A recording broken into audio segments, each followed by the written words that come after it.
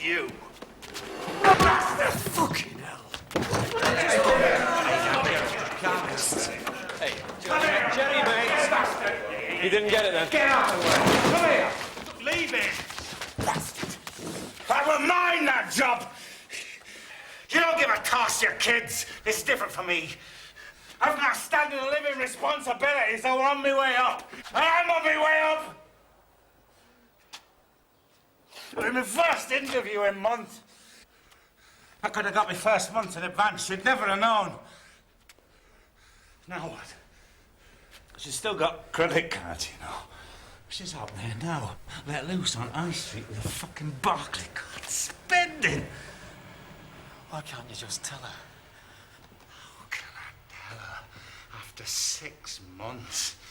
A woman who wants to go skiing for his holidays. Skiing, for fuck's sake. Why did you do it? It was my job. It had to be my job.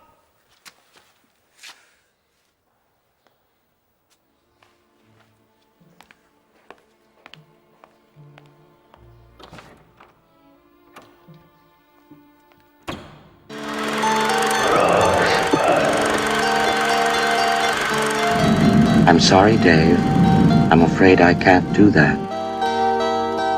Je vais lui faire une offre qu'il ne pourra pas refuser. Can she be late for her cinema show? Antoine Doinel, Antoine Doinel, Antoine Doinel, Antoine Doinel, Antoine Doinel, Le monde se divise en 2 catégories. Ceux qui ont un pistolet chargé et ceux qui creusent. Toi, tu creuses. Parlez-vous, con de mime! Je suis un homme. Ah, personne n'est parfait. J'aime l'odeur du napalm au petit matin. Vous avez de la pâte? Vous avez du sucre? Alors avec la pâte, vous faites une crêpe puis vous mettez du sucre dessus? Ta mère suce des queues en enfer. And I am the best film director in the world.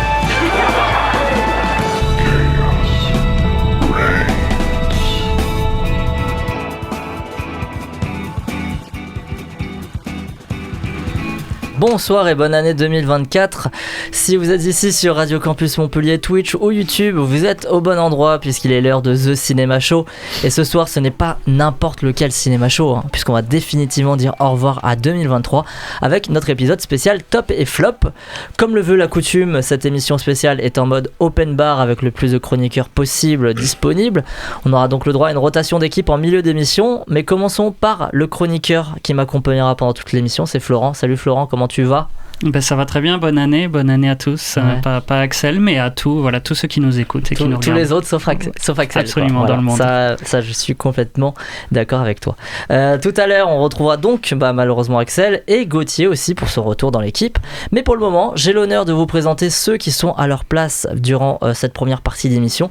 C'est Nino et Hugo. Comment vous allez ? Impec. Ouais, Impec. ça va. Bonne année.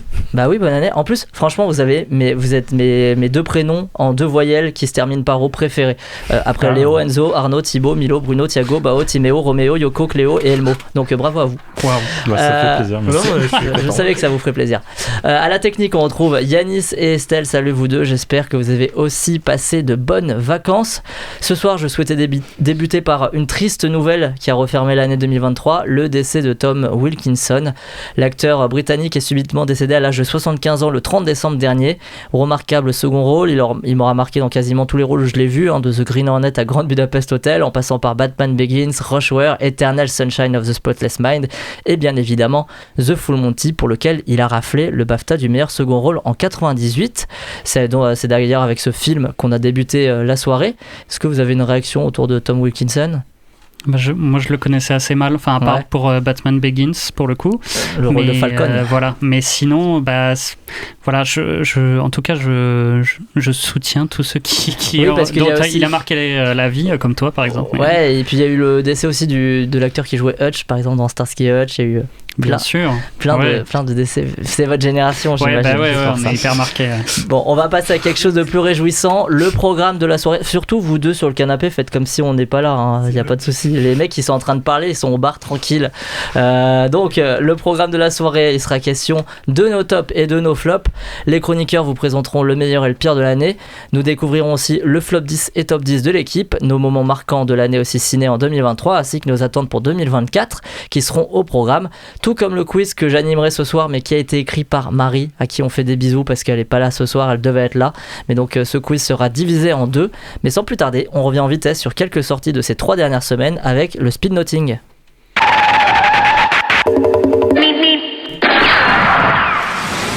Toujours un formidable jingle.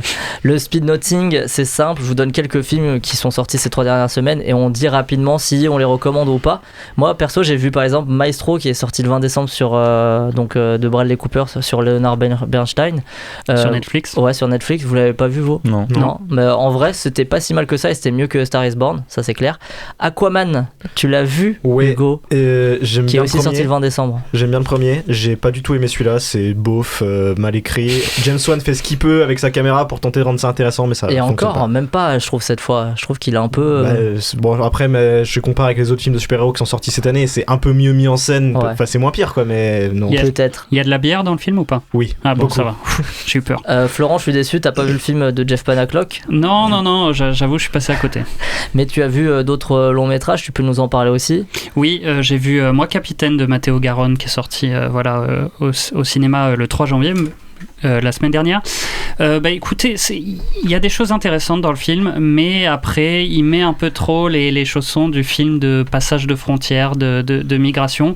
Ce qui est intéressant, c'est que Matteo Garonne, il a toujours filmé l'histoire de l'Italie, et donc là, l'immigration de ces 2 jeunes Sénégalais, il vient l'inscrire dans l'histoire de l'Italie en faisant ce film, donc je trouve le geste assez fort, un peu de panache, mais après, je trouve que ça retombe un petit peu. T'as aussi vu Le Cercle des Neiges sur Netflix ? Cercle des Neiges de Juan Antonio Bayona, donc inspiré d'événements réels, un crash d'avion d'une équipe de rugby dans la Cordillère des Andes.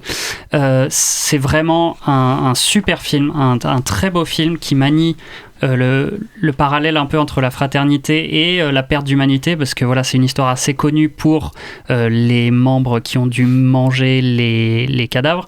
Bref, mais donc ça, et les scènes de violence sont vraiment très violentes. J'ai un peu tourné les yeux au moment du crash d'avion. C'est très, très graphique, la violence est très graphique, mais ça manie hyper bien la douceur et la violence. Je vous le recommande. J'ai vu qu'il était déjà top 1 des films 2024 sur Sens Critique, c'est mérité. Je pense qu'il peut finir l'année très haut. Ouais. Ah ouais, ok, bon alors à rattraper.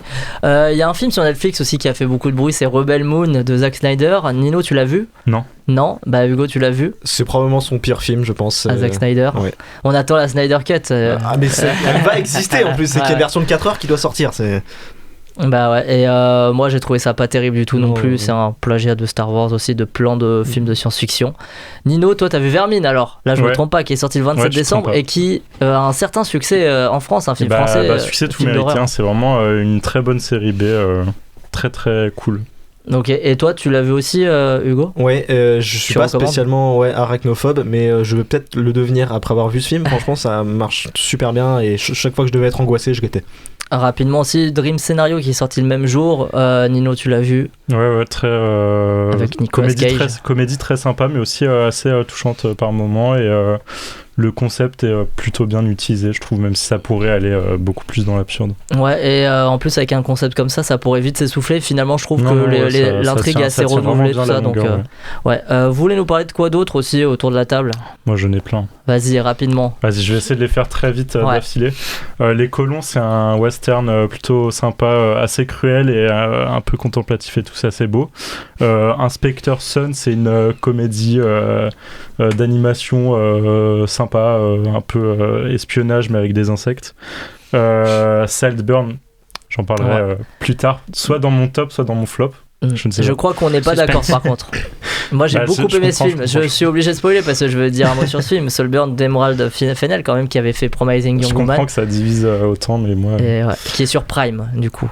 La fille de son père, c'était très très très sympa, assez poétique et en même temps très très drôle. J'ai beaucoup aimé sur une fille et son père. Ok. Mon ami robot, c'est un film sur une amitié entre un chien et un robot.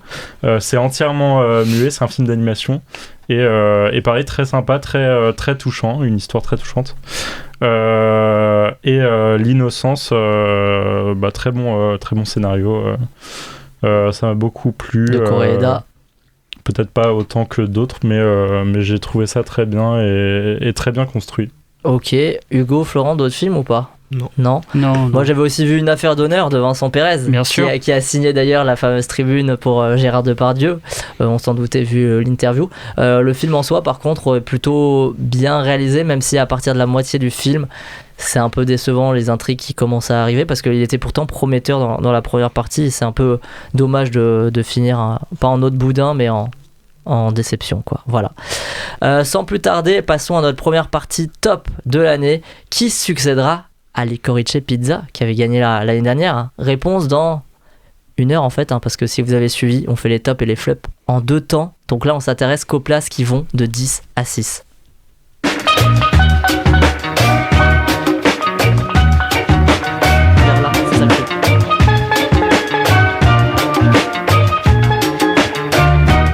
Alors, après le top 5 de chaque chroniqueur, on découvrira donc le classement général des tops de la 10e à la 6e place. La dernière partie du classement, ça sera pour tout à l'heure avec les autres membres de l'équipe. Et on va commencer par toi, Hugo. C'est quoi? Alors, tu veux nous parler de quoi? Toi, tu vas nous parler de ton top 5 ou? Parce que je sais qu'il y a eu des révolutionnaires dans l'émission, il y en a qui veulent pas me parler du top 5 et tout. Toi, tu me parles de quoi? Les tops et les flops, moi, comme. Alors, fais juste les tops pour l'instant. Que les tops pour l'instant. Que les tops. Allez, Allez, il cherche les fiches. Alors, Florent, à toi. Il a 40 pages. Parce que t'avais tout mélangé? Non, j'ai mis les flops. En fait, j'ai mis dans mon truc, j'ai imprimé les flops en premier.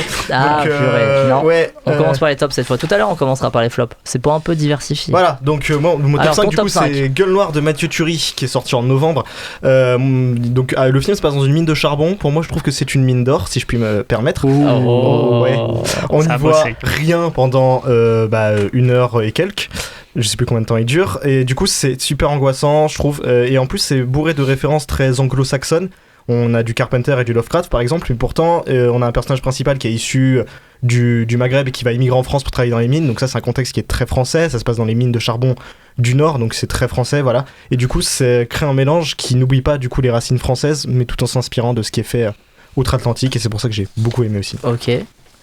En top 4, j'ai mis Babylone de Damien Chazelle. Moi, au début, je pensais ne pas accrocher parce que c'est un film de 3 heures.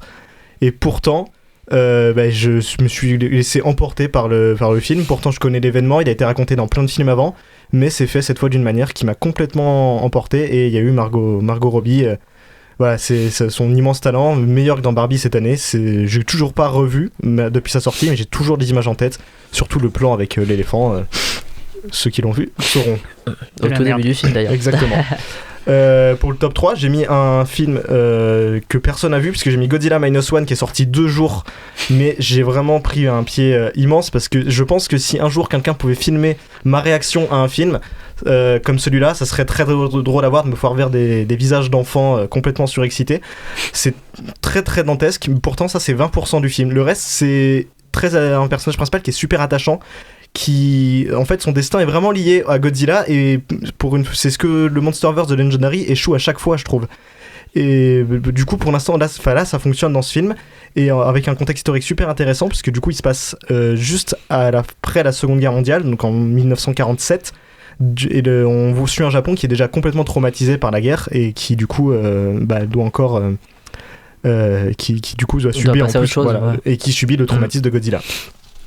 Et en plus, ça tombe bien, parce qu'en juillet, ils ont sorti le préquel de Godzilla Minus One, sans Godzilla, mais sur comment ils ont fait Godzilla. Ça s'appelle Oppenheimer, c'est réalisé par Christopher Nolan.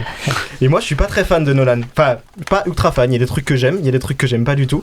Mais pourtant, là, j'étais complètement emporté. Je pense que c'est peut-être son meilleur film. Je m'attendais pas à ce qu'une histoire qui suit quand même un type qui passait des années enfermé dans un laboratoire à faire une bombe, il arrive à en faire quelque chose d'aussi spectaculaire.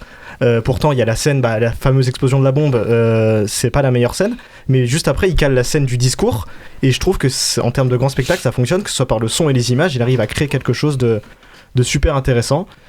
Et pour mon premier film, moi j'ai choisi Across the Spider-Verse, qui, je pense, m'a complètement emporté.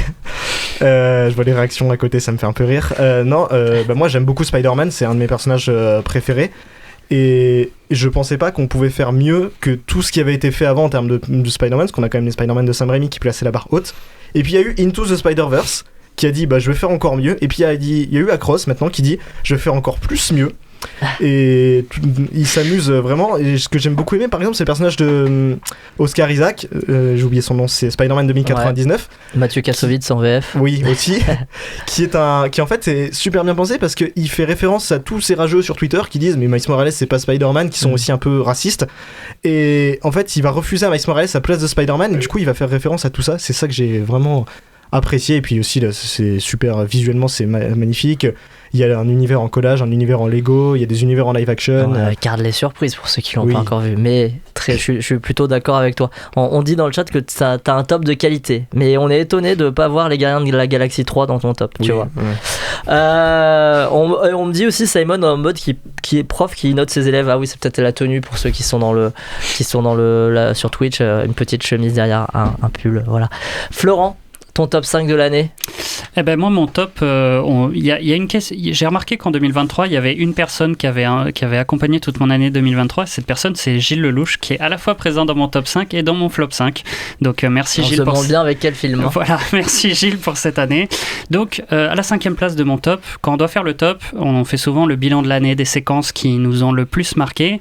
Et là, les séquences qui me reviennent, c'est celles du tournage des premiers courts-métrages d'un Sammy Fabelman, de sa première expérience cinéma, de son divorce, de la séquence finale avec David Lynch, avec Monsieur David Lynch. Donc à la 5e place, c'est bien évidemment The Fabelman de Steven Spielberg. Il a 77 ans, Steven, mais il met une claque à beaucoup de monde. À la 4e place, bisous à Axel, ça sera La Passion de Dodin Bouffant de Tran Anh Hung, avec la grande Juliette Binoche et le grand Benoît Magimel. C'est d'une beauté hors norme, d'une sensorialité dingue. Moi, je reprends 3/4 d'heure s'il faut de préparation de carré d'agneau et d'omelette norvégienne, sans problème.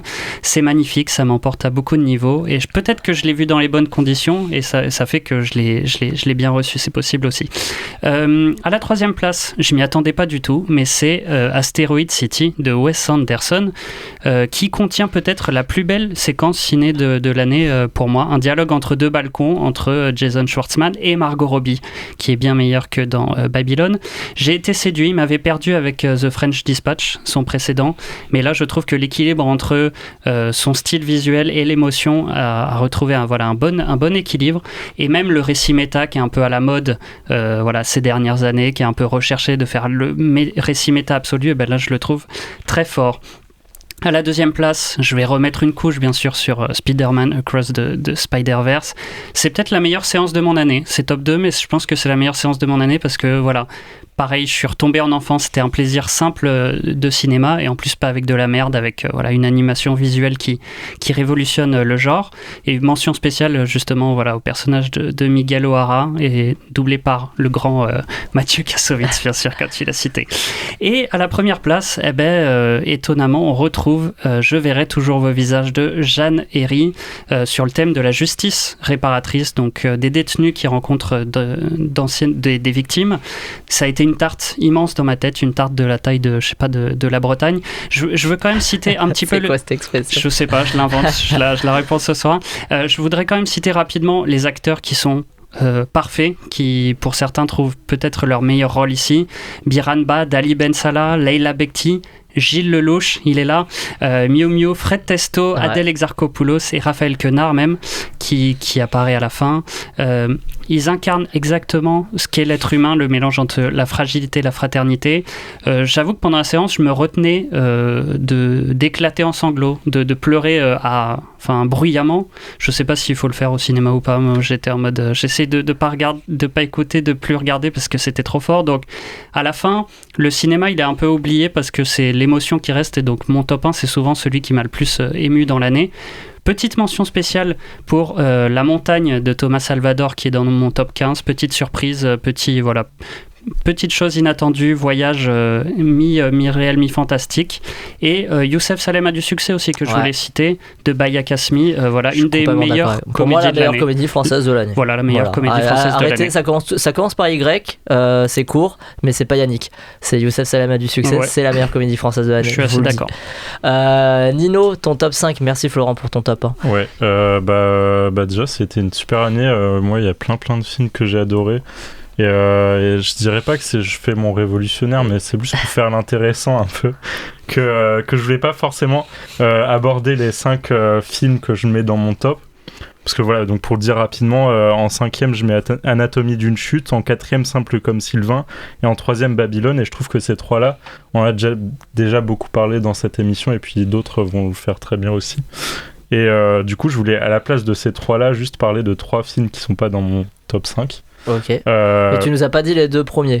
Ah bah, je les garde pour la fin. Ok.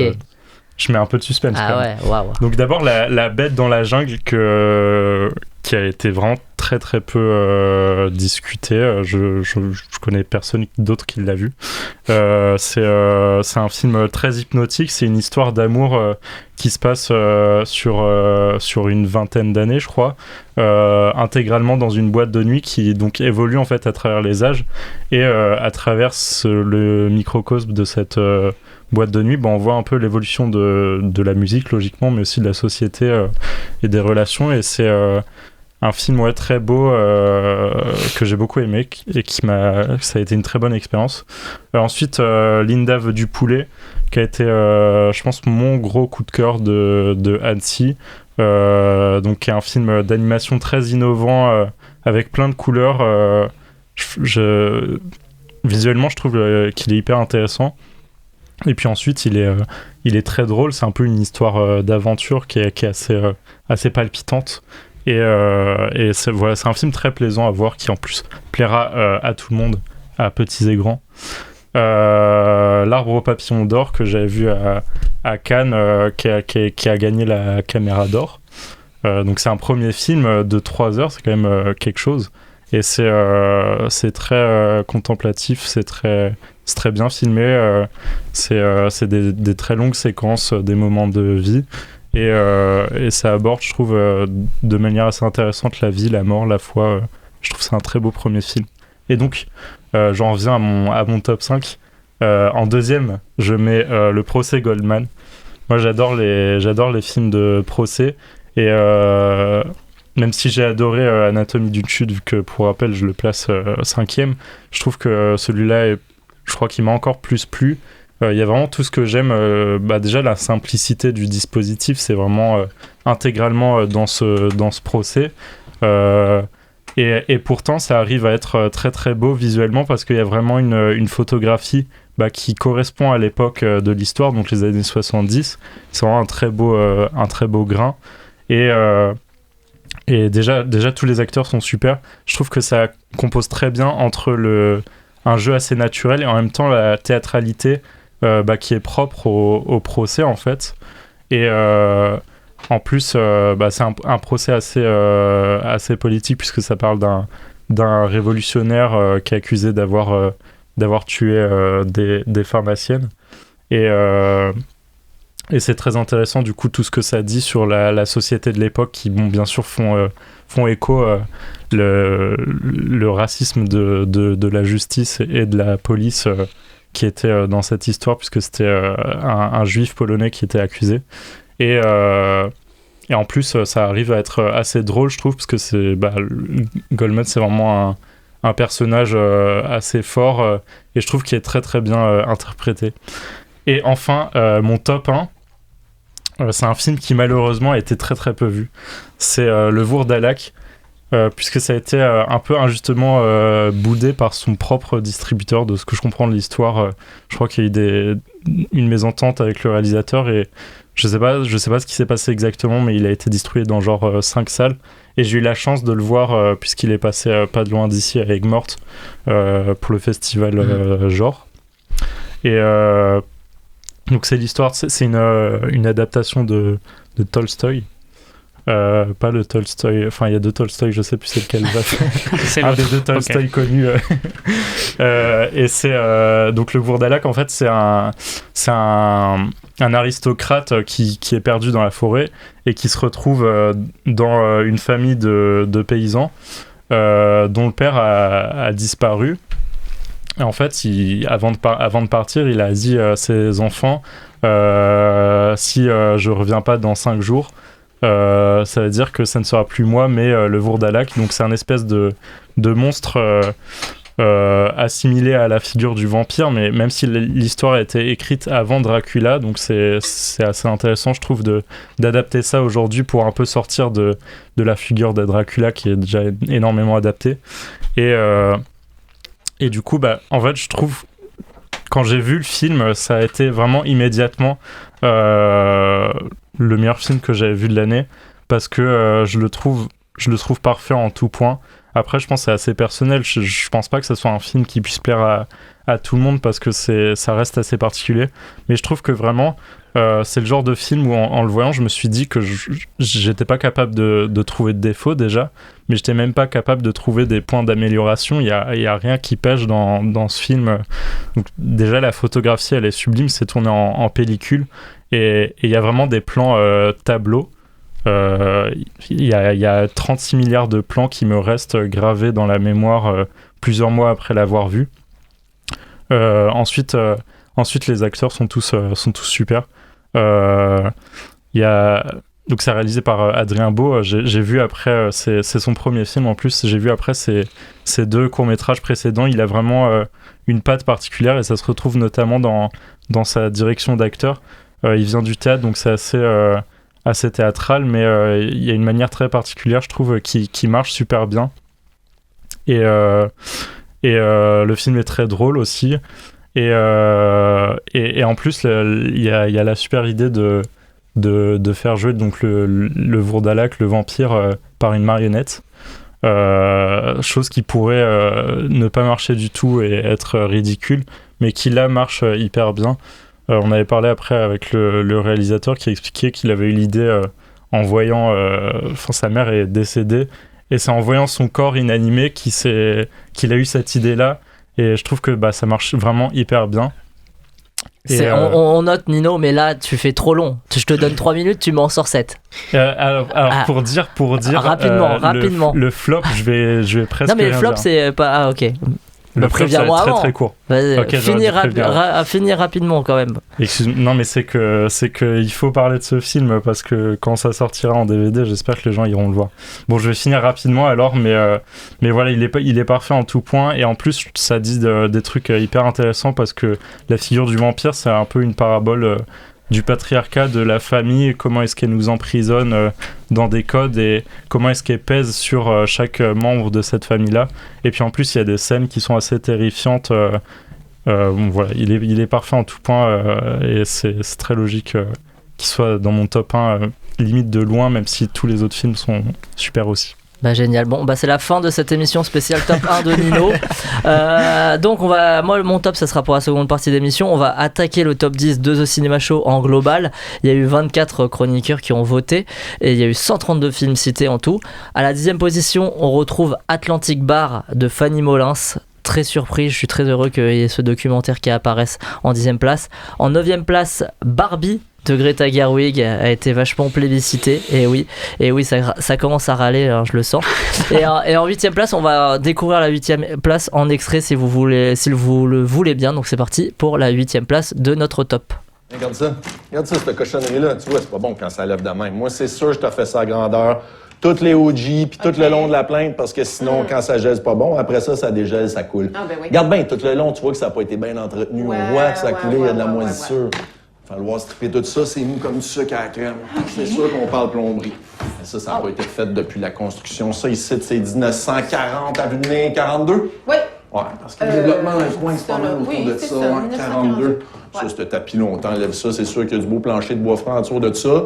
Une coupe d'affaires d'électricité à faire si vous voulez pas brûler vif dans la nuit. Brûler vif? Hey, dans quel sens? Dans quel sens, brûler vif? Vous le ramener, par exemple. Ils vous ont pas tout dit ça à l'inspection? C'est mon partenaire qui était là, c'était pas moi. T'es qui? Xavier. Non, Xavier, c'est mon amour, mon partenaire. Non, le gars, voyons. Le gars, il est JL quelque chose, le JL, je m'en rappelle. Boivin.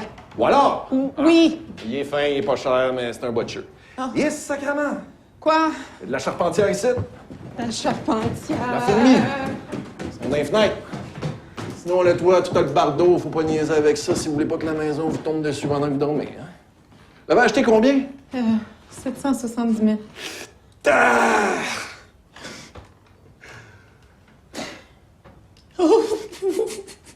Ah non, là, prends-la de même, là.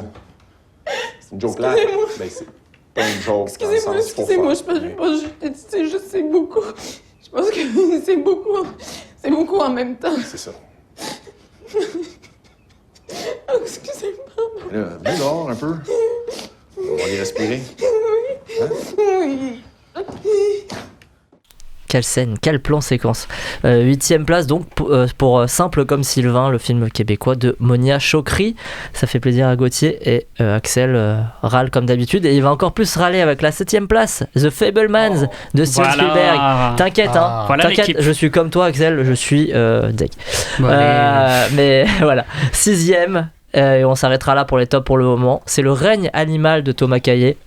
Véritable surprise française, film de genre français, voilà, en 6e place, que l'équipe a adoré. Du coup, avant de découvrir la première partie du flop, comme pour les tops, les places de 10 à 6, on débute par le flop 5 de l'année de chaque chroniqueur de cette première rotation d'équipe. Et ben on va recommencer par toi, Nino. Vas-y, prouve-moi que tu vas aller vite. J'avais vraiment 3 mots à chaque fois. Hein. Allez. Alors, Saltburn. Donc je trouve que c'est un film qui est plutôt... Je pense qu'on va faire 0 mot même. Non, Ok. Je trouve qu'il est assez prétentieux, il est faussement incisif et on voit qu'à chaque plan il essaye de nous marquer, mais moi il n'y a vraiment aucun plan qui m'a marqué. 65, La Terre d'avant et The Marvels, les deux, c'est typique des trop nombreux blockbusters hollywoodiens qui sont très vite oubliés. Five Nights at Freddy's, ça m'a absolument pas parlé, je le trouve mauvais en tout point. Et Acid, je tiendrais quand même à porter ma petite affection sur ce film, sur une séquence en particulier, c'est la scène où il y a une femme qui brûle par de l'acide dans une rivière sous le regard dévasté de son fils et de son mari qui s'en fout un peu. De sa fille. Pas de son fils. De sa fille, ouais. Pardon. Bah, j'ai un peu ça oublié. Va, ouais, je vois que et voilà, cette scène, ça a été un gros fou rire pour moi et celui avec qui je l'ai vu. Et on en reparle très souvent. Donc voilà, c'est peut-être le point positif du film. C'est ce gros fou rire qui, j'imagine, était voulu par le réalisateur. Très bien, bah merci Nino pour ton flop. Moi, perso, je suis pas du tout d'accord avec toi, mais c'est pas grave. Hugo, toi, ton flop 5. Alors, un petit air de déjà vu, puisque c'est Rebel Moon.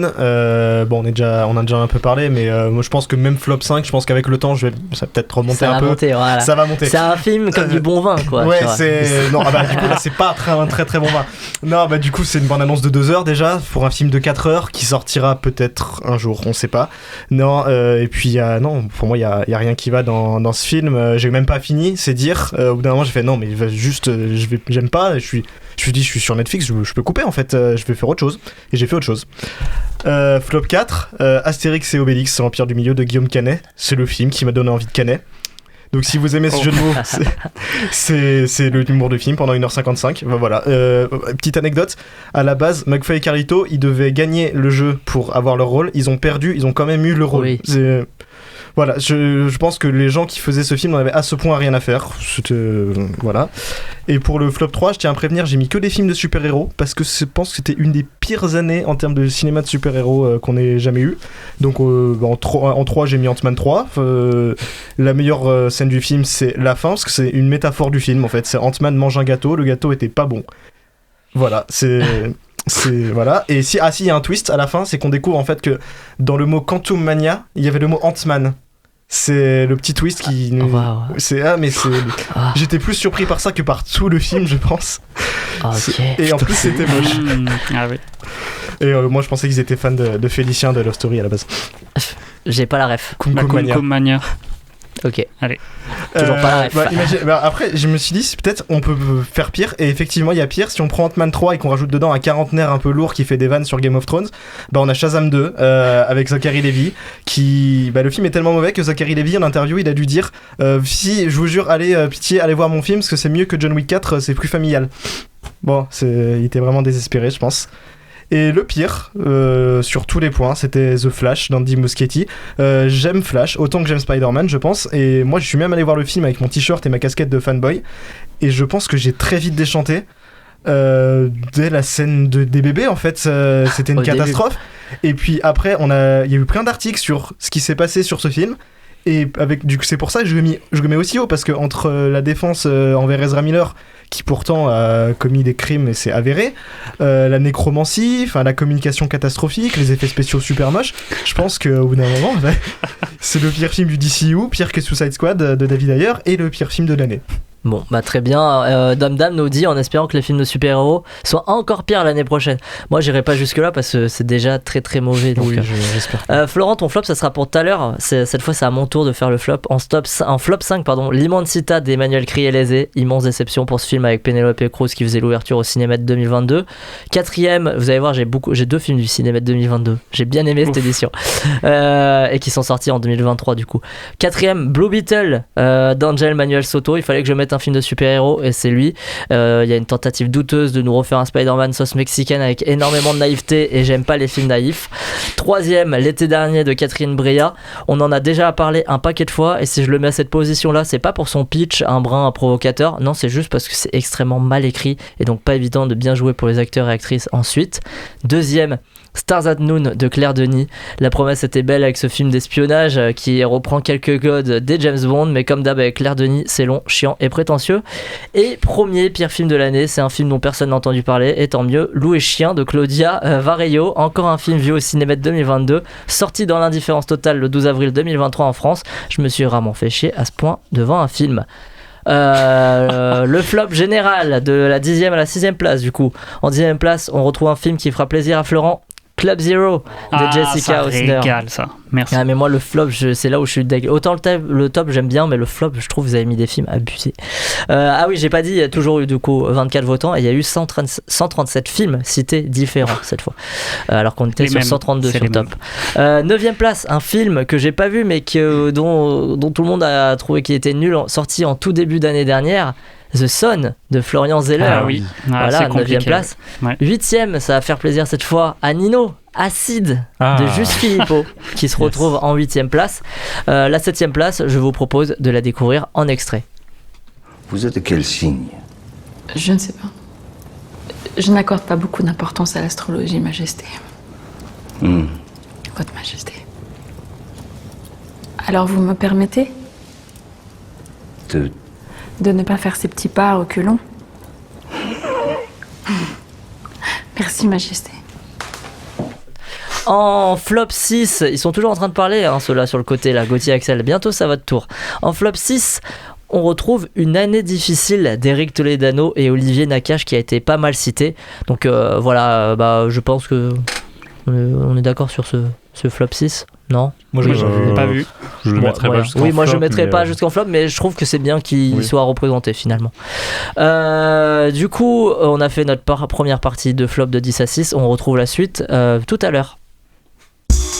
Radio Campus Montpellier, l'expérience sonore. Alors on passe rapidement à notre partie événement ciné qui vous aura marqué en 2023 et on commence par toi Hugo, tu voulais nous parler de quoi ? Moi je voulais revenir un petit peu sur la grève des acteurs et des scénaristes qu'on a eu cet été. Moi du coup vous l'avez vu avec mon top et mes flops, je consomme pas mal de cinéma hollywoodien et je pense que c'est un événement qui va marquer à la fois à court terme et à long terme la production de tous ces films. À court terme parce qu'on a une année 2024 beaucoup moins chargée je trouve en blockbuster, enfin en gros blockbuster je trouve, ce qui fait qu'on va pouvoir peut-être respirer un peu, ce qui fait du bien. Et à long terme parce que du coup tous les enjeux d'intelligence artificielle sont déjà plus ou moins réglés à l'avance et y a plus cette menace qui plane sur les acteurs et les scénaristes de se dire on peut être à n'importe quand remplacé par l'intelligence artificielle en fait. Et c'est vrai que c'est un événement qui a énormément marqué cette année 2023. Merci Hugo. Nino, toi c'était quoi ? Moi c'était la remise du prix de la Palme d'Or à Justine Triet. parce qu'en plus déjà j'étais dans la salle, donc incroyable. Et t'as vu le discours en direct. J'ai vu ça en direct, quoi. T'as vu Jane Fonda qui balance la lettre à Justine Triet dans la gueule et tout. Bon, c'est vraiment débile de penser que Jane Fonda a quoi que ce soit contre Justine Triet, parce qu'ils sont du même bord politique, clairement. Donc, et ouais, du coup, son discours très fort, mais je me suis pas rendu compte sur le moment de l'impact que ça allait avoir. Ça a donné au film un aspect politique assez fort qui transparaît pas forcément au sein du film, mais qui est très bien, je trouve, pour des réalisatrices et des réalisateurs de donner leur avis politique. Je trouve que c'est une bonne chose, surtout dans un événement aussi médiatisé que le Festival de Cannes. Merci du coup Nino pour ton événement. Et toi Florent, alors c'est quoi? Moi c'est aussi un événement qui a marqué le monde du cinéma en 2023. C'est notre semaine au Cinémed du 20 au 28 octobre. C'est pas cher, toutes les semaines, tous les années tous les ans c'est la même record. Mais on a eu la chance de faire 9 émissions en quotidienne, 6 interviews en plus en bonus, et donc c'est une super c'est toujours un super moment à passer, une super aventure à vivre ensemble, parce que voilà, nous on est toujours là dans la routine, on va dire, du studio, et puis là c'est toujours cool. Donc, bon, il y en a, ça fait moins plaisir de les voir toute la journée, mais voilà, c'est toujours sympa on pense aussi à Marie, Jonathan, Oksana, Tico qui étaient aussi avec nous. J'espère que j'oublie personne. Je pense que t'as oublié des gens. Oui, je pense aussi. Mais voilà, c'est toujours sympa, et on remercie encore le Cinéma de l'occasion qu'il nous donne de faire ces émissions en plateau. Tu sais quoi, j'ai un petit extrait. Tu veux un petit extrait? Ah bah oui, régale-nous. À ton avis, j'ai mis quoi? Je sais pas, t'as dû mettre. T'as mis une intro, t'as peut-être mis une intro d'émission. J'ai pas mis une intro, j'ai mis un passage où tu t'exprimes bien sûr avec Ahmed Silla, où tu fais rire Ahmed Silla, bien sûr. Donc, c'est parti pour l'extrait. On va voir si vous connaissez bien le réalisateur, si vous connaissez bien votre réalisateur, Ali. Je vais vous donner 4 affirmations sur Ali, et il y en a une fausse parmi les 4. Ok. Il est pas arabe. Laquelle est fausse? Alors déjà, voilà, c'est sûr et certain. Alors, première affirmation. Il a les mêmes initiales que Angela Merkel. C'est dur comme quiz. C'est gaulerie, hein. C'est très... franchement, tu sais que j'aime beaucoup cet humour. Deuxième affirmation, il double Jack le kangourou. Mais tu dans veux le pas film. qu'on donne la réponse parce que tu... Attends, il a 4 propositions, il y en a 3 vraies. Il y a 3 vraies, ok. Et une fausse, voilà. Donc deuxième affirmation, il double Jack le kangourou dans le film Zootopie, des studios Disney. Troisième, il a participé à l'écriture d'une comédie musicale sur Anne Frank. Et quatrième, il a tourné dans un film autour de la traque de Ben Laden. Tu dis ça parce qu'il est arabe? Je sais pas. Est-ce que c'est ta réponse je alors? Je me demandais quand tu savais la fausse réponse. Je me posais la question que cette interview allait devenir raciste. Est-ce qu'on est vraiment raciste? Est-ce qu'on est raciste dans The Cinema Show? Répondez dans le chat. Je veux du 100%. N'hésitez pas à nous dire en commentaire, à signaler l'émission. N'hésitez surtout pas. On veut se faire striker. Voilà Florent, bon, tu donnes pas la réponse parce que comme ça on dit aux gens, si vous voulez découvrir la réponse, allez voir l'interview qui est toujours disponible sur notre chaîne YouTube et sur le site de Radio Campus Montpellier. Sans plus tarder, il est temps de passer à la première partie du quiz de la soirée, un quiz spécial flop. Quel est ce savant, messieurs? Oui, savant de Marseille. Est-ce que Stevie est-il prêt? Je vais répéter la question. Oui, non. Oui. Oui, Frédéric, je ne sais pas.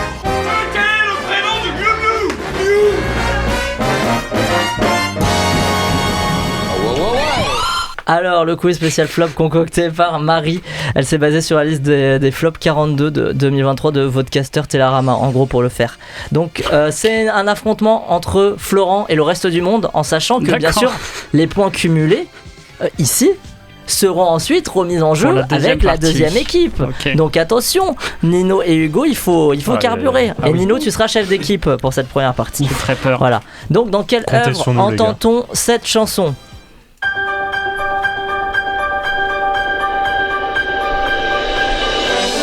Wish.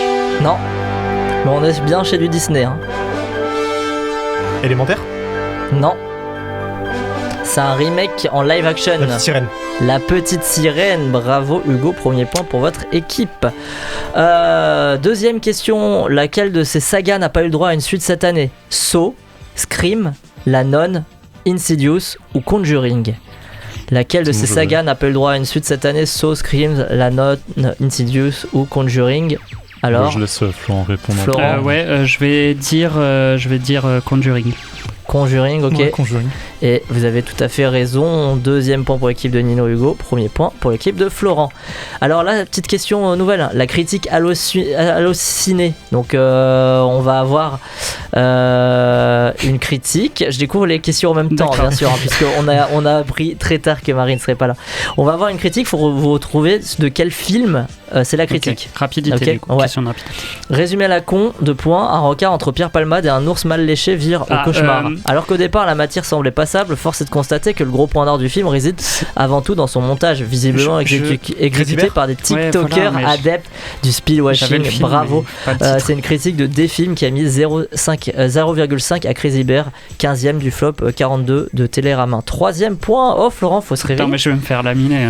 Alors, qui c'est celui-là même? William Billy Batson. Billy Batson. Shazam 2, bravo. Hugo est on fire. Une réplique, un film. Dans quel film peut-on entendre cette réplique? Bonjour Falbala. Astérix, Obélix, l'Empire du Milieu de Guillaume Bien Canet. sûr, 11e du flop sur votre caster, mais je vous préviens tout de suite, il sera beaucoup plus haut dans notre flop à nous. Je vous dis, allez, on passe à un petit résumé raté. Imagine une pub géante pour le géant des chemins de fer. Super Mario Bros. Non, c'est drôle, on est connu pour faire de la merde en permanence, mais on sait en rire, vous savez, de toute façon, quoi qu'on fasse, vous pouvez pas vous passer de nous. Le meilleur coup de com de la SNCF, même si ça tombe dans les flops. C'est un film avec Elsa Zilberstein. Ah, c'est allez, avec Artus si, mais je sais pas. Veuillez nous excuser pour la... Attention, la gêne, pardon pour la gêne occasionnée. Veuillez nous excuser pour la gêne occasionnée. Bon, Hugo l'a quand même dit avant. Ouais, bon. 5-2. Moi j'ai quand même dit ticket, sachant qu'il n'y a pas ce mot dans le titre.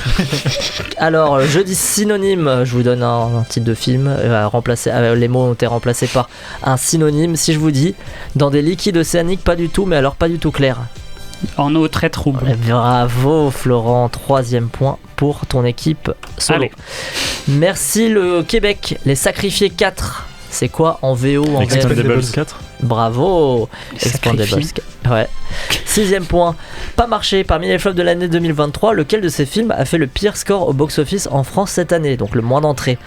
Les Vengeances de Maître Poutifard, La Vie pour de vrai, Bonne Conduite, En plein feu, Les Rascals.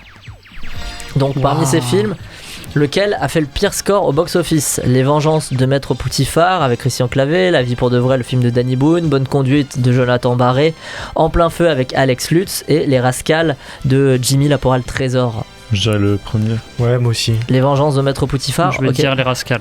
Les Rascals, dommage, tu t'es pas très loin, Florence. Ah ouais. 37 000 entrées, Les Rascals. Non, Poutifard, c'est 515 000 entrées. Oui. La Vie pour de vrai, 802 000. Bonne Conduite, 122 000. C'est En plein feu de Quentin Reynaud avec Alex Lutz qui n'a fait que 32 000 entrées.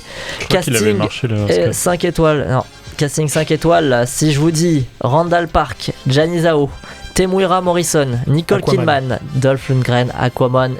Tu peux me compléter quand même. Hello. Le Royaume perdu. Merci, ça fait toujours plaisir. 7e point pour l'équipe de Nino et Hugo. Alors Nino, on arrive au duel time, tu as le choix entre deux thèmes, vu que tu es en avance, il y a 7-3, je le rappelle. Nino, tu as le choix entre le thème... ok, ça n'a pas été écrit. Acteur absent ou pire film de 2023? J'invente ça. Ok, alors quel est le pire film de l'année 2023 selon Télérama, votre caster selon Télérama, pardon, juste. Chasse gardée, 38.5 Quai des Orfèvres, Apache, Alibi.com 2. Bien sûr, tu gagnes 4 points si tu as la bonne réponse, tu fais perdre 4 points si tu as la mauvaise réponse. Quel est le pire film de l'année 2023? 38.5 Quai des Orfèvres, ouais. De Benjamin Lerrer. Ouais. Et tu as entièrement raison, je le dis déjà. Oui, voilà. Ça fait 11e point. Florent, il faut donner une bonne réponse pour rester là. Lequel de ces acteurs n'est pas présent au casting du pire film de 2023 selon Télérama? En plus, tu le sais maintenant, c'est quoi le pire film de 2023. Ça va m'aider, ça. Donc, Artus, Pascal Demolon, Didier Bourdon ou Alban Ivanov. Lequel n'est pas présent au casting de 38.5 Quai des Orfèvres? Artus, Pascal Demolon, Didier Bourdon ou Alban Ivanov? Je vais dire Alban Ivanov. Et tu as tout à fait raison et tu restes dans la course. Voilà. 11-7, c'est la fin de ce premier quiz de la soirée qui était consacré au flop. Et on voit donc que l'équipe de Nino et Hugo vont donner une petite avance à Gauthier et Axel. Et ils en ont besoin. 4 points, c'est quand même pas mal sur un quiz comme ça. C'est vrai. Merci aussi à Marie qui a écrit ce quiz. Et merci à vous, Nino et Hugo, d'avoir partagé ce premier moment d'émission en notre compagnie. Juste après, changement d'équipe en plateau, du coup. En attendant, on se fait une pause avec un morceau qui a marqué mon année 2023, le Cry Hard Enough de Rebecca Black, à la meuf qui chantait Friday, Friday, vous voyez? Wow. Ouais. Et voilà.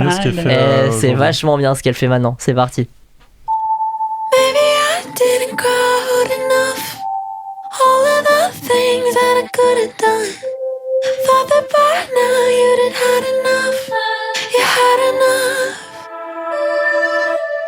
Maybe I didn't cry hard enough. Fantasy life's a loaded gun. Whatever it isn't left. This isn't love.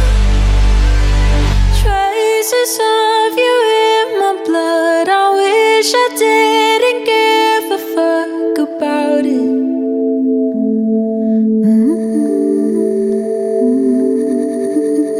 Wind me up by your mistakes. The cycle was too strong to break for you.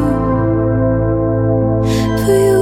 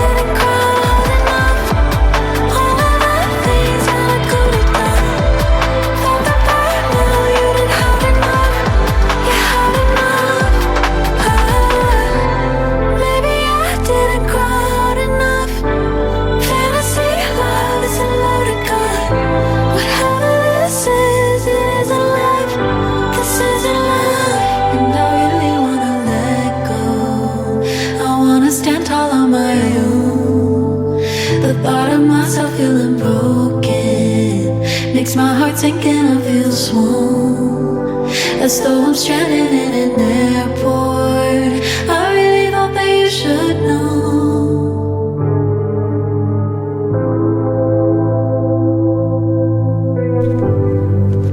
Vous êtes toujours dans The Cinéma Show sur Radio Campus Montpellier pour notre traditionnel bilan ciné de l'année qui vient de se terminer, l'année 2023. Et je suis très heureux d'accueillir les deux nouveaux chroniqueurs qui viennent de nous rejoindre. Celui déjà avec lequel il n'y a jamais de rat, Gauthier. Comment ça va, Gauthier? Ça va super et bonne année à tous. Bah ouais, tu nous avais manqué en plus ces dernières semaines. Enfin, on retrouve celui qui a passé ses vacances au Gaumont Montpellier Multiplex, pas pour voir des films, mais pour vendre des glaces Häagen-Dazs. Axel, les ventes, elles ont été bonnes ou pas? Elles ont été super bonnes. Ah ouais. Je vous recommande la cookie and cream avec un coulis de caramel et des noisettes caramélisées. Vous avez la formule 2 boules de thon. Non, j'appuie. Et ça coûte 45 € du coup. C'est ça, exactement. C'est le truc. Ok, bah on viendra goûter ça, j'espère. Hein. Florent, t'es toujours avec moi? Tu survis? Toujours là, malheureusement, il y a Axel qui nous a rejoint, mais c'est pas grave, on est là. C'est pas un plaisir. Si vous êtes partant, passons tout de suite à notre nouvelle partie top et flop. Et cette fois-ci, on commence par les flops.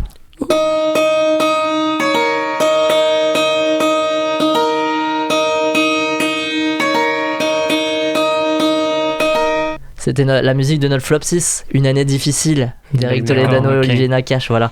L'an dernier, c'est Arthur Malédiction qui avait obtenu notre bénédiction en tant que flop de l'année. Qui lui succédera? Réponse après le flop d'Axel, Gauthier et Florent. Allez Florent, on commence par toi. Ton flop 5. Alors on va voir à quelle place se retrouve Gilles Lelouch du coup dans mon flop. À la 5e place, j'ai mis Empire of Light de Sam Mendes, qui est en parallèle du coup avec The Fabelman. C'est encore un film sur le cinéma qui prend une dimension personnelle. Je crois à rien, contrairement à The Fabelman. Je crois pas au personnage, contrairement à The Fabelmans. Ça fonctionne pas, contrairement à The Fabelmans. À la 4e place, vraiment à la place de la colère, Super Mario Bros d'Aaron Horvat et Michael Jelenic.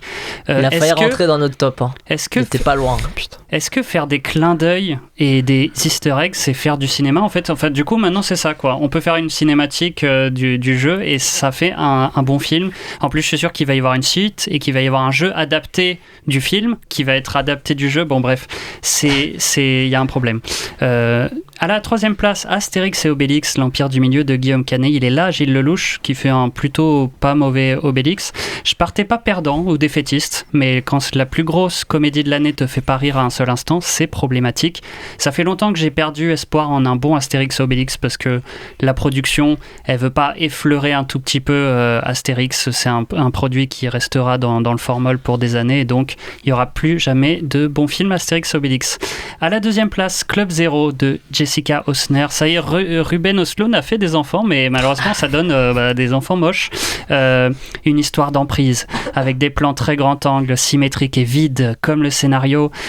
Elle veut cocher toutes les cases, mais elle oublie de raconter une histoire finalement. Et à la 1re place, je m'attendais pas à ce qu'il y soit non plus, mais voilà, Kenneth Branagh est bien là, avec Mystère à Venise.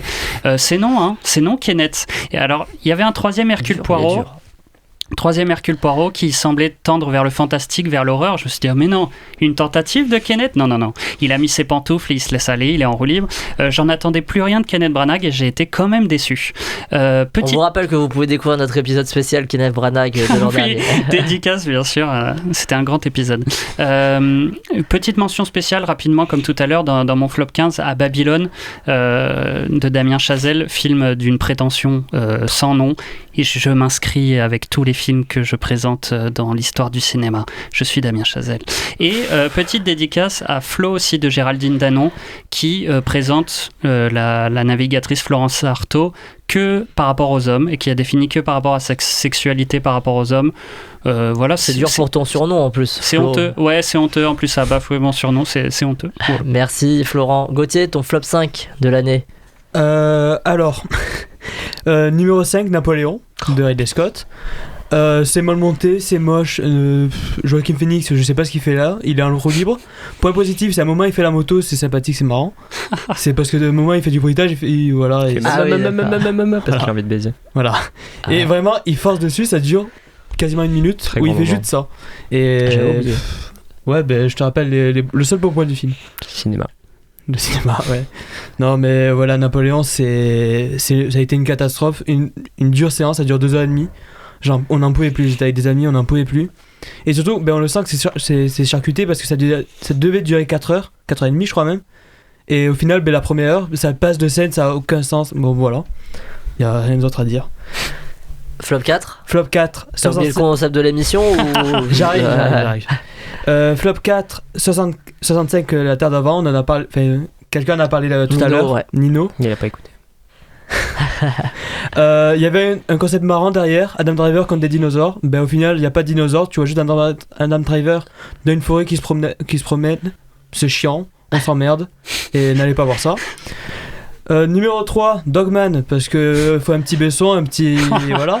Dans le top. Problématique. L'année dernière, on avait Arthur Malédiction où il était producteur, maintenant il est carrément réalisateur. Là, imaginez un film d'un adolescent de 13 ans qui pense avoir tout compris, être super intelligent, et au final, c'est juste con. Il pense que la morale du film, c'est ouais, le monde est méchant, c'est tout. Et à la fin, il y a Jésus qui débarque, on sait pas pourquoi. Numéro 2, The Flash. Il synthétise tous les problèmes qu'il y a en ce moment dans l'industrie hollywoodienne. Je me suis amusé à faire un petit jeu parce que le film, on dirait qu'il a été fait par une IA parce qu'il n'y a pas de mise en scène, il n'y a pas de réalisateur, il n'y a rien. Du coup, j'ai demandé à ChatGPT de faire une très mauvaise critique du film. Je vais vous sortir quelques phrases qu'ils ont sorties parce que c'est très drôle. On se retrouve avec un héros qui court non seulement contre le temps, mais aussi contre le charisme. Le personnage de Flash, qui devait incarner la rapidité et l'agilité, est interprété avec autant de dynamisme qu'un paresseux sous le sédatif. Et mon petit préféré, le dernier, les dialogues sont si pauvres qu'il ferait rougir un scénariste de sitcom de 3ème zone. Et l'humour, s'il peut être appelé ainsi, est aussi efficace qu'un clown dans un enterrement. Merci ChatGPT, t'as très bien parlé de Gauthier remplacé par les IA. Ils sont meilleurs que nous. Ah mais franchement, ouais. Et ton flop 1 Flop 1, c'est pas le pire film, mais c'est celui qui m'a le plus énervé, c'est The Son de... J'ai oublié le réalisateur. Florian Zeller. De Florian Zeller. J'avais bien aimé The Father, c'est pour ça, parce que The Son c'est un mauvais film, mais en plus c'est une déception, parce que j'en attendais un peu, et là je trouve que c'est vraiment maladroit, c'est très problématique sur ce que ça veut dire de tous les questionnements, les problématiques autour du suicide, et voilà, c'est un film qui m'a vraiment énervé.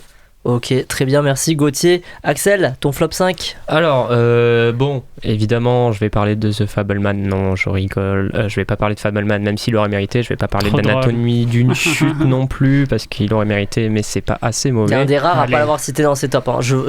Ça, Anatomie d'une chute a été cité 19 fois sur 24, je crois. Voilà, bon bah il y a 5 personnes qui ont du goût par ici. Après, on va commencer par Showing Up de Kelly Richard, un film, bon j'en avais parlé je crois à l'émission cannoise, un film qui se regarde, qui est, j'aime pas le terme prétentieux donc je vais dire plutôt un film d'énormes connasses. Non je rigole, non j'abuse, mais non c'est un film qui c'est vraiment une réalisatrice qui se fait chier et qui se regarde se faire chier et qui montre à tout le monde à quel point sa vie est terrible de pauvre petit artiste qui s'emmerde et du coup elle nous emmerde au passage. Il y a vraiment un problème de ton dans ce film, je trouve vraiment le tout très insupportable. C'est dommage parce que Kelly Richards c'est comme plutôt une bonne réalisatrice d'habitude, mais là vraiment qu'elle arrête de parler d'elle, je pense que ça fera du bien à tout le monde.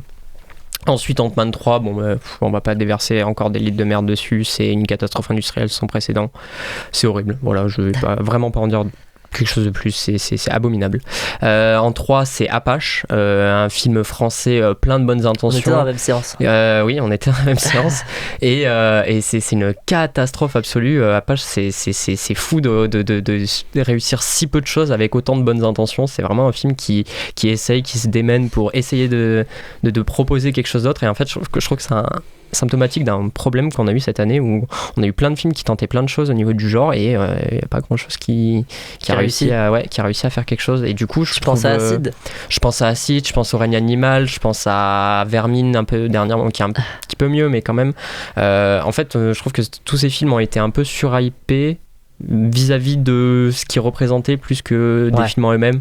Je trouve ça un peu dommage, même si je suis d'accord dans le fond. Moi je suis à la base un fan de genre et je suis et tu l'es plus depuis que le cinéma français en fait. Je trouve dommage de mettre en avant ces films là alors que ça change d'Astérix et Obélix par exemple. Oui bien sûr, mais dans le sens de c'est pas ça qui va faire renaître le genre pour moi en France quoi. C'est vraiment pas des bons films et c'est dommage de leur donner de l'attention. Après c'est bien qu'ils fassent des entrées, je préfère effectivement toujours que le règne animal fasse ses entrées plutôt qu'Astérix, mais voilà je trouve ça bon. C'est un autre sujet, on en parlera peut-être un jour, mais dommage. En 2 c'est Blood, un film que j'avais vu à Gérardmer, film américain d'horreur. Ok, voilà, c'est inintéressant au possible, c'est passé complètement inaperçu, Dieu merci, vraiment vous avez échappé à beaucoup de merde. Et en numéro 1, La Nonne 2, parce que c'est un film qui a pleuré de rire quand même. Non, c'est vraiment, ils arrivent à faire pire que le premier, c'est quand même un exploit interdimensionnel. C'est risible, c'est ridicule, c'est écrit par Akela Cooper, je crois qu'elle s'appelle comme ça, celle qui a fait Malignante et Megan, et qui est je trouve une très bonne scénariste de série B complètement assumée, et je sais pas ce qu'elle a foutu sur ce projet. Je pense qu'elle avait besoin de manger et j'espère qu'elle a pu bien manger pour écrire d'autres bons films après, parce que là vraiment c'est vraiment très abominable, c'est assez irregardable, c'est pas écrit, c'est pas réalisé, c'est moche, c'est chiant, ça dure pas si longtemps et il y a aucune idée de mise en scène, aucune idée d'horreur. C'est vraiment le pire de ce que fait le cinéma d'horreur américain et pourtant Dieu sait qu'il sait faire de la merde. Merci Axel sur ces c'était doubles. bon. Oh là là. Tu disais qu'ils ont bien fait les gens d'éviter ces films, c'est d'ailleurs ce qui ressort dans le chat. Beaucoup de ces films que vous avez cités, nos viewers ne les ont pas vus, donc vous avez évité de belles merdes. On va passer au flop 5 général de l'équipe. À votre avis, c'est quoi le flop 1 de l'année de l'équipe de Cinéma Show? Astérix. Ouais, peut-être Astérix, ouais. Astérix, vous partez sur ça. En tout cas, en 5ème place, on retrouve The Flash d'Andy Muschietti. En 4ème place, L'été dernier de Catherine Breillat. Tu as été l'un des rares, Axel, je te balance à l'avoir mis dans le top. Avec grand plaisir. En 3ème place, on retrouve Napoléon de Ridley Scott. En 2ème place, Ant-Man et la guêpe, Quantumania de Peyton Reed. Voilà, fallait un film de super-héros quand même sur le podium. Et puis en première place, vous l'avez deviné, on découvre ça comment? On découvre ça en extrait. Astérix et Obélix, l'Empire du Milieu. On mange trop de viande. Trop de viande. Bah oui, on mange du sanglier matin, midi et soir, quand c'est pas la nuit. Et sans parler de la cervoise. Je suis pas sûr que ça soit très bon pour nous, tout ça. Qu'est-ce que tu veux manger d'autre, toi? Bah, je sais pas. On pourrait équilibrer un petit peu de temps en temps avec des légumes. Des légumes? Des légumes?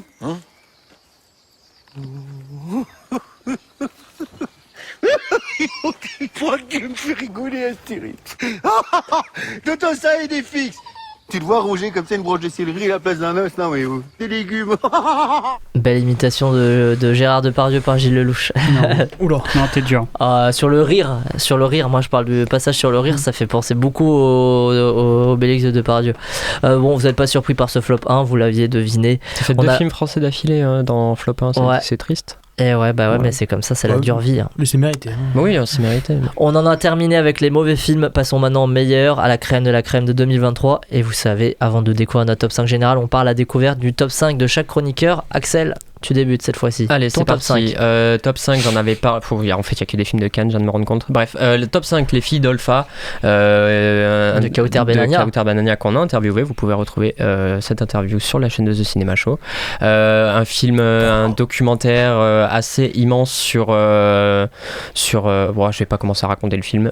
C'est vachement bien. Il y a plein d'idées de mise en scène. Ouais. La réalisatrice s'éclate alors que c'est un sujet hyper dur, hyper compliqué. Et en même temps, elle est d'une inventivité incroyable, c'est foisonnant d'idées, c'est tout le temps hyper intelligent, jamais poseur, toujours dans le respect, toujours dans l'émotion, mais sans que ce soit factice, c'est toujours quelque chose qu'on sent purement sincère. Elle se met toujours à la bonne hauteur par rapport aux gens qu'elle filme, et dans un documentaire c'est quelque chose qui est vraiment appréciable, je trouve. C'est un film vraiment incroyable, je conseille à tout le monde de le voir. Je pense que c'est un des meilleurs documentaires qu'on ait vu ces dernières années, et c'est un très très grand film, très très beau film. En 4, c'est Le Retour de Catherine Corsini. Bizarrement, personne l'a mis dans son top, je comprends pas pourquoi. Non, c'est parce que Catherine Corsini a eu mauvaise presse. Oui, il y a eu des problèmes sur le tournage apparemment, mais bon. Mais il a été mis dans un autre top. Ah, merci. Je suis le seul à être validé par cette autre personne. C'est qui?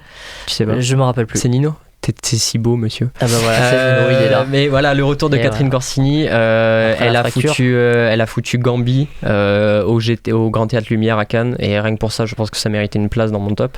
Ok. Popopo pour ceux qui ont celle-là qu'elle a mise. Elle a mis Popopo au Grand Théâtre Lumière, et ça je trouve Freebox l'a mise dans sa pub aussi. Ouais, mais c'était pas au Grand Théâtre Lumière, donc excuse-moi, mais voilà. Non, c'est un film qui est assez bouleversant, d'une beauté, d'une pureté incroyable. Je trouve que je sais que ok, je vais faire plus rapide.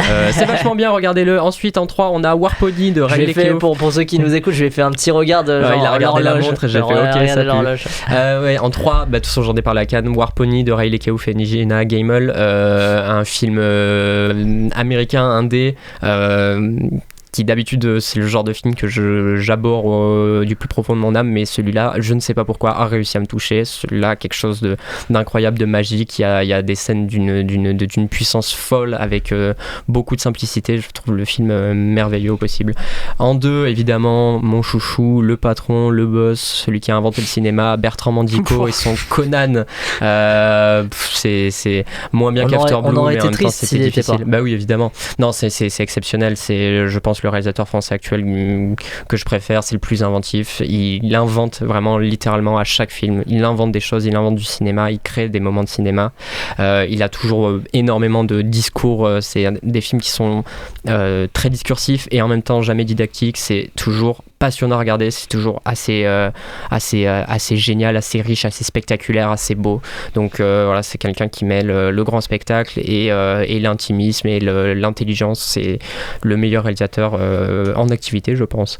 Et en numéro 1, Babylone de Damien Chazelle, parce que surprise pour Axel. Ouais, je suis un peu dégoûté de mettre ça parce que là, je fais pas honneur je fais pas honneur au fils de pute que je suis, mais Babylone, voilà, il a touché quelque chose qui est rarement pour moi touché au cinéma. C'est vraiment quelque chose c'est difficile de parler des films qu'on aime passionnément, mais Babylone, il touche quelque chose de l'infiniment petit, de l'infiniment grand. Il touche au plus profond de l'âme d'un cinéphile, je pense. Je pense que si on est un minimum cinéphile, on peut que on peut que être touché par ce film. J'ai du mal à comprendre comment on ne peut ne pas être touché par ce film.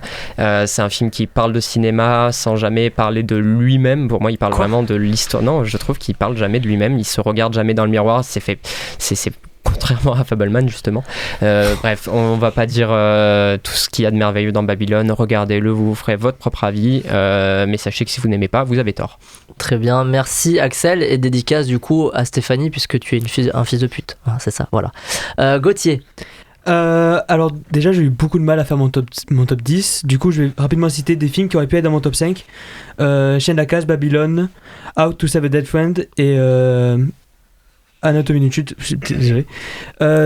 Voilà, j'ai eu du mal. Il aurait pu être dans mon top 5 et il fallait faire de la place. En numéro 5, j'ai mis Mad God de Phil Tippett. Le meilleur film d'animation de cette année, le meilleur film d'horreur de cette année. C'est magnifique, c'est une vision de l'enfer pendant 1h15. Moi je trouve ça magnifique. Et voilà, j'ai pas les mots devant ce genre de film parce que... tu passes à autre chose alors si t'as pas les mots. Tu m'emmerdes toi. Voilà, grand film, regardez Mad God, c'est génial. 4ème, tout le monde en a parlé mais je vais aussi en parler, After Sun. Pour l'instant on en a pas parlé ce soir. C'est ce qui m'a étonné, mais... c'est un film qui a vraiment rythmé cette année en 2023 et a raison parce que c'est un film vraiment poignant, touchant. La fin est toujours peut-être la plus magnifique de cette année, je trouve, une des plus fortes. Je t'entends souffler toi. J'ai rien dit. Oui, écoute-moi. On respecte les tops des voisins, s'il vous plaît. Non, tu vas me respecter, mon top 3 c'est Fabuzzman. Donc voilà, ok. On ne respecte plus les tops des voisins, allez, bâtard. Fabuzzman, je rejoins tout ce qu'a dit Florent, et en plus de ça, moi c'est un film que j'ai voulu partager à des gens. C'est un des seuls films que j'ai vu. Et depuis, ils ne sont plus amis avec toi. Non, c'est un des seuls films que j'ai vu 2 fois au cinéma, parce que j'y suis allé avec des membres de la famille, avec ma mère, mon grand-père, etc., et pas mal de monde. Et voilà, c'est un film que je trouve magnifique, très intelligent par rapport à ce que dit un monsieur à ma gauche. En numéro 2, Simple comme Sylvain. J'en ai parlé ici il y a quelques semaines. C'est un film que je trouve très intelligent au niveau des rapports humains, de toutes les questions qu'on a autour de l'amour dans notre société. C'est magnifique, la photo est grandiose. J'ai vraiment rien à redire, c'est drôle, c'est émouvant. Il y a tout dans ce film. Et en numéro 1, le Ravissement. D'iris Kaltenbach. Oui, voilà. Et ça le fait chier que je cite le nom de la réalisatrice. Oui, alors c'est important. Une femme, j'ai le seum. Voilà. Gérard Depardieu est sur le plateau avec nous. Vous m'emmerdez. Il y a 3 femmes dans mon top 5 en plus. Oh, bravo. Ouais. J'ai des amies femmes. Je connais Margot Costa, ok. Donc ton top 1, vas-y. Mais Le Ravissement, c'est un film que j'ai trouvé magnifique, que ce soit la photo, que ce soit les acteurs, que ce soit les thèmes. C'est un des films qui parle le mieux de la solitude que j'ai vu. C'est fort. Il y a un truc que j'adore au cinéma, c'est quand devant une scène, j'ai l'impression de ne plus pouvoir respirer. Le Ravissement, j'ai eu cette scène où vraiment, j'étais pas à l'aise parce que vraiment, je ne savais pas comment ça allait se terminer. T'en as parlé à ton psy ? J'ai pas de psy, c'est ça le problème. Allez, laisse-le. Non, laisse-moi faire des blagues, merde. Mais voilà, Le Ravissement, c'est génial, c'est top 1, et voilà. Ok, merci Gauthier pour ton top 5 et tes nombreuses pauses impromptues. Je comprenais pas pourquoi tu t'arrêtais parfois, mais pourquoi pas. Laissez-moi réfléchir. Top 5 pour ma part. 5ème, Spider-Man Across the Spider-Verse, voilà. Pour son inventivité visuelle et pour avoir réussi une excellente suite. 4ème, Le Monde après nous de Sam Esmail sur Netflix pour la gestion de sa tension et sa scène finale que beaucoup de monde critique, moi j'ai adoré. 3e, Babylone de Damien Chazelle pour la grandeur du projet, sa musique et là aussi son final. 2e, Oppenheimer de Christopher Nolan pour cette fresque de 3 heures en 3 parties et son montage. Et 1er, Past Lives, nos vies d'avant de Céline Song, parce que j'y vois vraiment aucun défaut, parce que c'est une leçon de mise en scène, de direction d'acteur et d'émotion. Ce film était encore en salle, courez le découvrir et Axel va le revoir. Alors, le top 5 général de The Cinema Show, vous pensez qu'on part sur quoi ? Premier. Anatomie, le règne animal, Spider-Man. C'est quand même beaucoup Le règne cité, animal hein. est déjà sorti, Axel, donc tu écoutes bien l'émission. J'écoute rien du tout. Ou Anatomie d'une chute. Anatomie d'une chute. Oui, en fait. Ouais, on part tous sur ça. Et ben on va voir tout de Barbier suite. est déjà passé, Bon, en tout cas, t'écoutes super bien. Ouais. 5e, Spider-Man Across the Spider-Verse de Joaquin Dos Santos, Kem Powers et Justin K. Thompson. Pour la 4e place, je vous propose d'écouter un petit extrait, vous comprendrez rapidement de quel film il s'agit. Le système m'a fait mal, Babylone ma capitale. Le système m'a fait mal, Babylone ma capitale. Voilà, Babylone de Damien Chazelle en 4e place. Il faut renouveler un petit peu la façon dont on annonce les tops. 3e, et c'est une surprise puisque c'est le film qui a été le plus cité, mais pas forcément dans les premières places, et donc ça rapportait moins de points. C'est Anatomie d'une chute de Justine Triet. 2e, Oppenheimer de Christopher Nolan.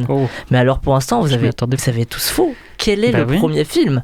Quel est le premier film ? Est-ce qu'on en a parlé beaucoup ? Je ne crois pas. Réponse en extrait. Fabelman.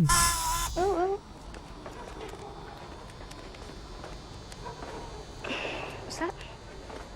Oh my god, what even is that? These are my moves. Oh, that's so embarrassing. That's not embarrassing. Hey, I was gonna interview you. Where were you? What were you going to interview me about? I don't know. No. Well, I just turned 11, and you are 130, turning 131 in 2 days. So, when you were 11, what did you think you would be doing now?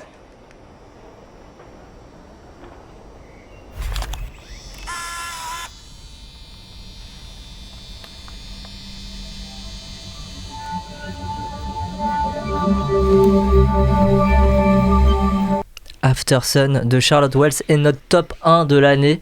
Effectivement, il n'y a pas beaucoup là de chroniqueurs qui l'avaient forcément mis dans ses premières positions, mais c'est lui qui a fini premier. Et d'ailleurs, je vous l'annonce, il y aura un petit bonus pour cette émission. On va réaliser une interview de Sarah Macarin qui joue dans After Sun et qui est aussi celle qui a conçu l'affiche du film et les photos de plateau. Voilà, donc ça arrive très prochainement, sûrement lundi ou mardi prochain, pour fêter du coup la première place d'After Sun dans ce classement. Qu'est-ce que vous pensez de cette année ciné ? Est-ce que c'était de qualité pour vous ? Ce top aussi de The Cinema Show ? Oh, le top, il a une sale gueule quand même. Ah, moi je trouve qu'il a une bonne gueule. Ah, il a une gueule de puant quand même un peu, mais Psartec. Et pour le dessiner, par contre. Ouais, non, il a quand même une. Non, ouais, ça va. Il sent quand même des pieds. Hein. Non, mais toi, tu m'en. Il y a parité homme-femme dans ce top 10 quand même. Ouais, par contre, souligner. Il y a 2 pays. Hein. Alors, heureusement que la France et les États-Unis font des films, parce que le reste du monde visiblement n'existe pas selon ce top. Bref, ça dénonce. Ouais, on est 24. On est 24. C'est bien la parité, mais il faut parler aussi d'autres pays que la France et les États-Unis quand même. Eh ben, on en parle toutes les semaines. Il nous fait un petit coup de gueule là. On en parle toutes les semaines. C'est dommage. Eh ben, vous savez quoi ? On coupe son micro parce que ici, c'est la dictature. Bon, bah, vous avez un mot à ajouter, vous, Florent et Gauthier, sur ce top ? Bon, ça va, il est ok, mais c'était une belle année ciné. J'abuse, mais ça se tient bien. C'est quand même majoritairement des bons films. Juste une petite odeur, quoi. Voilà. Bon. Eh ben, merci. On passe tout de suite, du coup, à vos événements qui vous ont marqué en 2023. Radio Campus Montpellier 102.2 FM. Et on commence par toi, Axel. Tu nous parles du MCU qui se casse la gueule, c'est ça ? Ouais, bon, bah, enfin. Du coup, je vais. Ouais, on n'a pas beaucoup de temps, donc je comptais déblatérer pendant des heures, et en fait, on va faire très rapide. Oui. Mais globalement, en fait, c'est surtout les tendances de l'industrie mondiale du cinéma qui sont pour moi à noter cette année, parce que ça risque d'être, avec la grève, le post-Covid, etc., une année très intéressante, je pense, dans ce qu'on va retirer d'ici 10-15 ans de ces dernières dernières années de cinéma. Je pense que ça va être une année assez charnière, assez pivot dans comment on conçoit des films aujourd'hui, notamment l'industrie hollywoodienne, avec énormément de blockbusters qui se sont complètement cassés la gueule, beaucoup de plus petits films, notamment d'horreur, qui ont vraiment explosé. En France, un retour des gens en salle, mais plutôt dans les petites salles, moins dans les multiplex. Donc c'est vraiment une année très intéressante. Il s'est passé beaucoup de choses en termes de box-office, en termes de ce genre-là. En fait, il y a beaucoup de choses intéressantes qui sont passées, qui sont analysées, et je pense que ça risque d'être une année importante pour l'histoire du cinéma, pour la suite en tout cas de l'histoire du cinéma. Rien que ça. Ouais, je pense. En tout cas, c'est je pense une année qui va être qui marque peut-être le début de quelque chose d'autre pour le box-office, etc. et la manière dont on fait des films dans le monde. Voilà. Alors Gauthier, moins de grandeur pour toi, dans le sens où c'est un événement plus personnel dont tu vas nous parler aujourd'hui. Oui, bon, c'est un événement plus personnel, mais dans quand même un gros événement, parce que je vais parler de ma séance de L'amour et les forêts au Festival de Cannes. Ben, c'est dans cette séance que je me suis rendu compte que j'avais vraiment de la chance de participer à cet événement. C'était un rêve de gosse. Et ben, vraiment, je me suis pris une claque devant. C'est même pas à cause du film, c'est vraiment avec l'ambiance qu'il y a eu avec la salle. Ben, il y avait Virginie Fira dans la salle, j'étais trop heureux. Et ça a été la plus longue standing ovation que j'ai vue à Cannes en plus. Ça a duré facilement 15 minutes. Tous les acteurs y pleuraient, les réalisateurs aussi. Du coup, voilà, c'est surtout pour le rêve de gosse que j'ai réalisé cette année de participer au Festival de Cannes. Ok, bah c'est noté Gauthier, content que ça t'ait plu. Je vais citer quand même celui que Marie nous avait dit, c'était la venue là aussi, c'était personnel de Véro Laurent dans les locaux de Radio Campus Montpellier. Voilà, donc Véro Laurent, coucou. Et moi, bah, c'est le phénomène Barbenheimer quand même, qui du coup a débuté sur internet et qui a ensuite transformé l'essai. En quelques chiffres, c'est 2,3 milliards de dollars de recettes, plus de 10 millions d'entrées en salle en France et surtout un regain d'envie d'aller en salle pendant l'été. Je suis allé checker les chiffres du CNC pour voir si mon intuition était la bonne et je me suis pas trompé. Sur l'année 2023, il n'y a qu'un seul mois de l'année qui a fait mieux que les moyennes des années pré-Covid, donc de 2017 à 2019, et je vous le donne dans le mille, c'est le mois de juillet, plus 9% d'entrées en salle supplémentaires. Alors qu'est-ce qu'on dit ? C'est frustrant de s'être arrêté là, non ? Bon, bah alors du coup je suis sympa, je vous la mets un peu plus.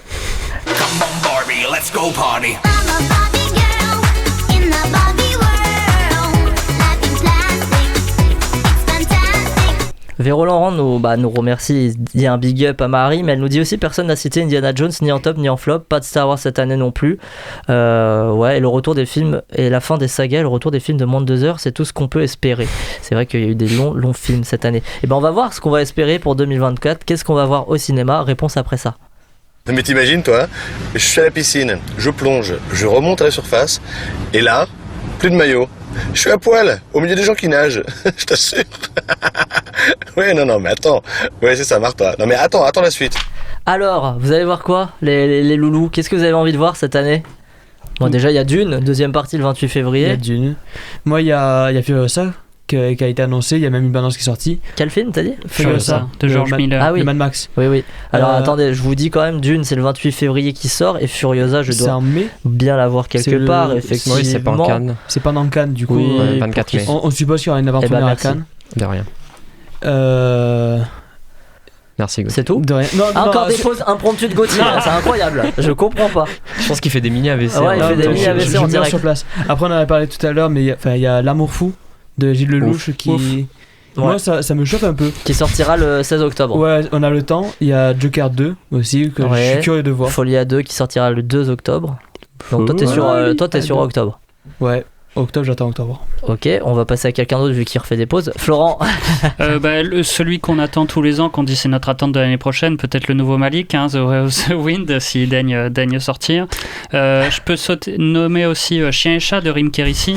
La bande-annonce passe en ce moment au cinéma. Ça c'est pour bientôt en plus. Régalez-vous. Et aussi j'ai noté Vice Versa 2. Voilà, je suis assez curieux de découvrir le 19 juin. Voilà, les nouvelles émotions à venir. Toi, Axel, tu veux voir Il y quoi? a 1 milliard de trucs, mais pour faire un peu rapidement, il y a le Coppola Megalopolis quand même qui risque d'être assez immense. Qui sort, je l'ai vu. Je suis pas sûr qu'il y ait des dates. Il n'a pas encore de date précise, mais j'imagine que ça sera plutôt en fin d'année. Voilà. Il y a le Garland Civil War qui me donne très envie. Il me donne très envie, le 24 avril. Voilà. Il y a le doublé Dumont Bonello du côté français avec L'Empire et La Bête, 2 super réalisateurs français, 2 films qui ont l'air assez immenses des premiers retours qu'on en reçoit. Donc je très hâte de ces 2 films. Après il y a plusieurs trucs qu'on a vu à Cannes qui sortiront cette année, donc on va pas en parler. Dans les trucs un peu plus mainstream, il y a Fall Guy qui me rend assez curieux. Avec Ryan Gosling. David Leitch, exactement. Je déteste pourtant David Leitch, mais son Fall Guy, ça me fait plutôt gueulerie la bande-annonce, donc je suis curieux d'aller voir ça. Et voilà, après des petits projets, on ne sait pas sûr, qui sortent cette année, des Frankenstein, des Nosferatu, des The Movie Critic de Tarantino. Pour l'instant, Nosferatu, il est noté au 25 décembre aux États-Unis. Ok, bon voilà. Moi, il y a un autre film qui m'intéresse, c'est If de Krasinski. Ah oui, de Krasinski. John Krasinski. Et qui, en français, je sais plus comment ça s'appelle. Ah oui, il avait un titre de merde, non? Ouais. Mais c'est un homme qui parle, qui rencontre ses amis imaginaires. Ça a l'air plutôt beau, plutôt mignon, donc assez curieux de voir ça. Ok, alors on parlait pas de David Lynch dans le chat, on parlait de David Leitch qui fait des films d'action. Moi il y a Gladiator 2 quand même que j'attends le 20 novembre, même si après Napoléon, mais bon, quand même, et le nouveau Bong Joon-ho. Mickey 17 qui aussi promet, et puis très prochainement il y a Nino qui veut. Alors vas-y, Nino, il a raison. Oui, il a raison. En gros, ce qu'il voulait dire, je pense, c'est qu'il a été reporté. Oui, pour passer à Cannes. Ça, on sait pas. En soi, pour l'instant, il n'y a pas d'infos. C'est ce que je pense. Je suis pas sûr. Enfin, ils ont reporté sans donner aucune date, sans donner même une période de l'année ou quoi. Donc, je sais pas. Je reste sceptique sur la sortie. De toute façon, j'avais rien cité comme période. Donc, allez vous faire. Oui, je sais pas si ça sortira cette année. On verra. Et il y a donc Pauvre créature de Yorgos Lanthimos qui sort le 17 janvier. C'est dans pas longtemps. Je l'ai vu, c'est sympa. C'est sympa. Et si c'est sympa, voilà. Et le Comte de Monte Cristo pour qu'on rigole encore le 11 décembre avec Pierre Ninet. Voilà, encore du Dumas. Très bien, merci. Alors sans plus tarder, il est temps de passer à la dernière partie du quiz de The Cinema Show. The game is on.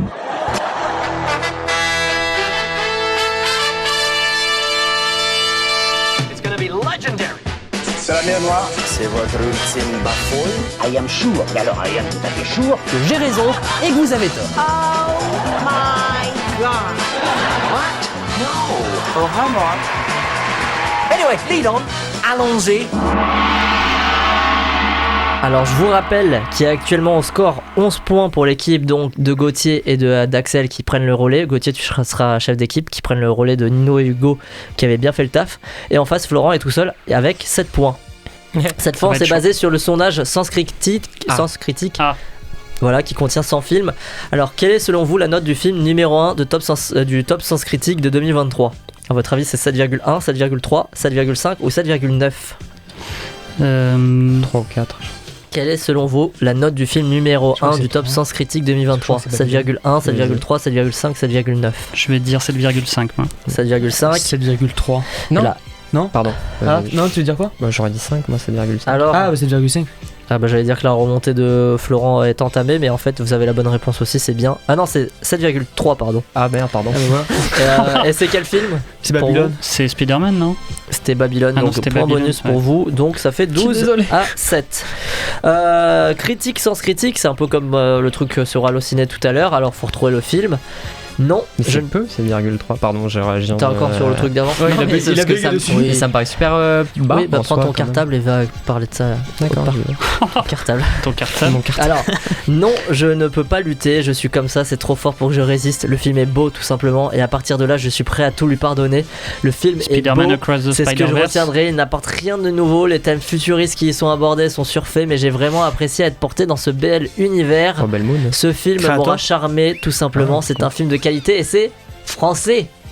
Attends. Alors il y a eu le règne animal. Non, il y a le réalisateur qui était alors pas le règne animal, un film d'animation français. Allez. Mars Express. C'est ça, bravo, 13 à 7, il faut se réveiller Florent. Oui. Qui c'est celui-là ? Je vous donne le nom d'un personnage, faut retrouver dans quel film c'est. Mark Baker. Mark Baker. C'est pas dingue. Vas-y, tente. C'est un film méta. Un film français. Dream Scénario. Ah non. Non.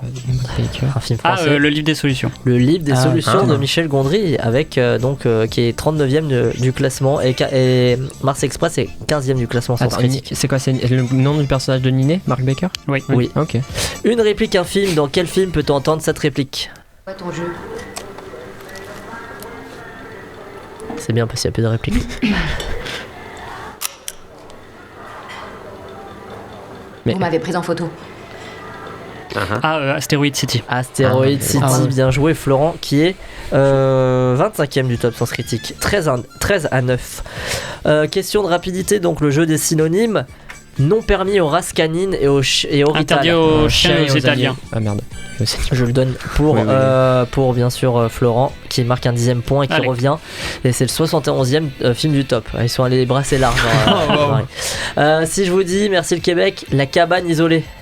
Knock at the Cabin. Knock at the Cabin de Night Shyamalan. Et là, ils m'ont pas mis la place. Mais il est sorti cette année? Oui, c'était pas en fin d'année dernière. Non, il est sorti cette année. Il a été cité dans les flops. Ok, excusez-moi. Alors, les films qui baisent ensemble. Je mixe deux titres de films. Faut retrouver donc le film avec ce titre remixé. Une chef d'orchestre, un poil mégalo sur les bords, pète un câble lorsqu'elle apprend que la femme qu'elle aime est de type eau alors qu'elle était plutôt de type feu. Avatar. Pas facile, surtout lorsque son orchestre est inondé et qu'elle doit faire face, qu'elle doit faire face à la colère de son entourage et à tous les mensonges qu'elle a pu proférer. Élémentaire, bien joué, Axel, bien joué. 15e point, 15 à 10. Pas tourné. Lequel de ces cinéastes n'est pas présent dans le top 10 des meilleurs films de 2023 sur Sens Critique? Miyazaki, Dupieux, Jeanne Herry, James Gunn, Martin Scorsese. Hayao Miyazaki, Quentin Dupieux, Jeanne Herry, James Gunn ou Martin Scorsese. Lequel ne fait pas partie du top 10 des meilleurs films de 2023 sur Sens Critique? James Gunn pour vous? James Gunn aussi, ouais. Et non, James Gunn, il est même 10e. Donc c'est pas ouf non plus, mais c'est Hayao Miyazaki qui est 11e dans le classement avec Le Garçon et le Héron. Dupieux 9e avec Yannick, Jeanne Herry 8e et Martin Scorsese 6e. Mais il a fait quoi Gunn cette année? Les Gardiens de la Galaxie volume 3. Ah putain, j'avais oublié. Et oui. Casting 5 étoiles. Monica Dolan, Crystal Clark, Anna Onslow, Tanya Moody, Tom Brooke, Toby Jones, Colin Firth, Michael Ward, Olivia Colman. Empire of Light. Bon, ils nous ont mis top, mais en vrai, celui-là, il a été surtout cité dans les flops dans notre équipe. Oui, pour nous, 41e du top en tout cas. Question de rapidité, musique de film. Dans quel film entend-on cette musique? Suzume, bien joué. J'aimais bien l'indice, c'était Raphaël, puisque c'est un film distribué par Eurozoom. 16e point pour l'équipe de Gauthier et Axel, en sachant donc que ce film est 21e du top. Alors, on arrive au duel time et cette fois j'ai des titres de questions. Donc je vais vous proposer, et c'est toi Gauthier qui va choisir ton thème. T'as le choix entre le thème France ou le thème monde, en sachant que c'est encore possible que Florent gagne, puisqu'on gagne plus ou moins 4 points. Ça va être chaud. France ou monde? France. Lequel de ces films a fait le plus de sous au box-office français en 2023? A fait le plus de sous. Alors Super Mario Bros, je faisais une pause à la gauche. Ouais, j'allais dire. Oppenheimer, Barbie, Astérix et Obélix, l'Empire du Milieu. J'ai ressenti ce que c'était un mini AVC. Donc lequel de ces films a fait le plus de sous au box-office français? Super Mario Bros, Oppenheimer, Barbie, Astérix et Obélix, l'Empire du Milieu. Barbie, c'est noté. Toi Florent, lequel de ces films a fait le plus de sous au box-office mondial en 2023? Super Mario Bros le film, Oppenheimer, Barbie ou Les Gardiens de la Galaxie 3? Je vais dire Super Mario Bros. Bah c'est bien parce que en fait vous auriez dû répondre inversé sur les deux. C'est Super Mario Bros qui a rapporté le plus d'argent, avec toutes les entrées qu'il a fait. Ils ont mis que c'était en euros, mais je pense que c'est des entrées, 7 millions d'entrées, plus de 7 millions d'entrées pour Super Mario Bros. Alors que Barbie a fait rapporter 1,44 milliard de dollars de recettes à travers le monde. En plus je t'avais donné un indice tout à l'heure sur Barbenheimer, que c'était quand même assez gros. Ouais, mais je sais pas, Super Mario, je me suis dit c'est énorme aussi. Du coup, on finit avec un score de 7 points. Florent, tu n'as pas bougé finalement. Non. Et l'équipe de Gauthier, Axel, Hugo et Nino remporte ce quiz avec 12 points. Et c'est assez surprenant, on s'attendait pas forcément à ça. Et dans, le chat, on était plutôt team Florent. Voilà. Bah merci le chat, mais bon, je vous ai déçu. Merci en tout cas à l'équipe, à Marie pour avoir écrit ce quiz, et merci à toute l'équipe qui m'a accompagné ce soir du coup, donc Florent, Hugo, Nino, Axel et Gauthier. Merci également à Yanis pour la technique et Estelle pour la vidéo.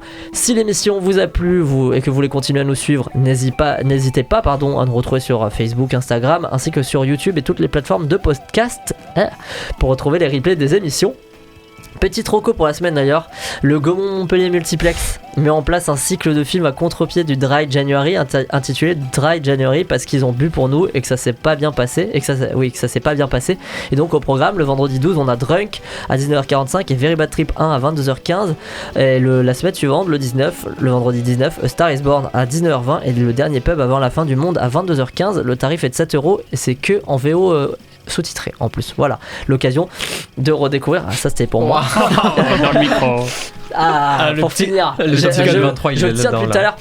Allez, ça c'est pour moi. L'occasion de redécouvrir quelques bons films sur grand écran. Et sinon, t'aimes bien la pub que j'ai fait à Gaumont avec un gros. C'est pas moi qui ai fait la frog. Hein. Ouais, non, mais avec le gros nez malade ensuite. Et sinon, pour revenir aux nouveautés de 2024, on en débattra de 3 dès la semaine prochaine. La vie rêvée de Miss Fran de Rachel Lambert, Making of de Cédric Kahn et Un silence de Joachim Lafosse. Ce dernier sera d'ailleurs en interview. Ça sera aussi la première émission animée par Maxime. En attendant, mercredi prochain, quittons-nous en musique avec l'un des titres qui a marqué mon année 2023 en musique, Party Girls de Victoria Monet en feat avec Boujou Benton. Bonne semaine à vous. The Cinema Show, c'est tous les mercredis sur Radio Campus Montpellier et c'est encore un peu maintenant.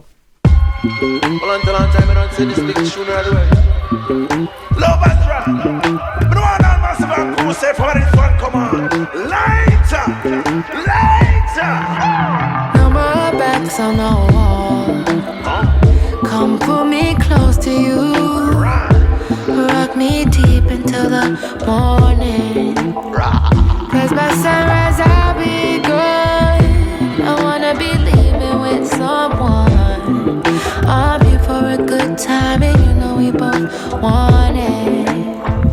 And plus I like to sightsee, and if you invite me I'll very likely pull up where you are. The right feel, or if you entice me and the night might sit this on your lap, staring at me too long, might get you in trouble. I'm hypnotizing, I'm just talking facts. Lightly you'll sight me anywhere you might be. Can't forget about the party girls, I'll lighten up the world. Let's hear it for the party girls, I'll lighten up the world.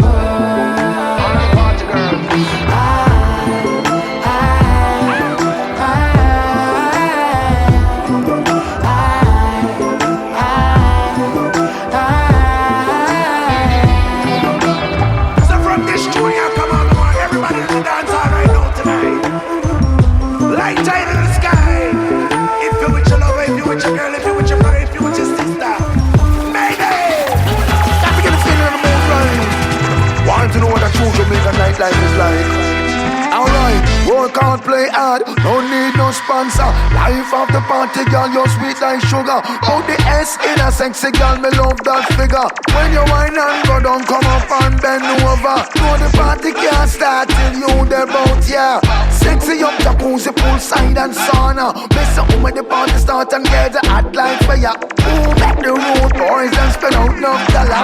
Girl pretty in a face, them look fine and proper. Tries to impress and every man admire. Listen, no low vibes, come make we lift this higher. Burn down the whole club and set the roof on fire. Forget about the party girls, I'll lighten up the world. All over the world. Let's hear it for the party girls, I'll lighten up the world. Give it to me, girl.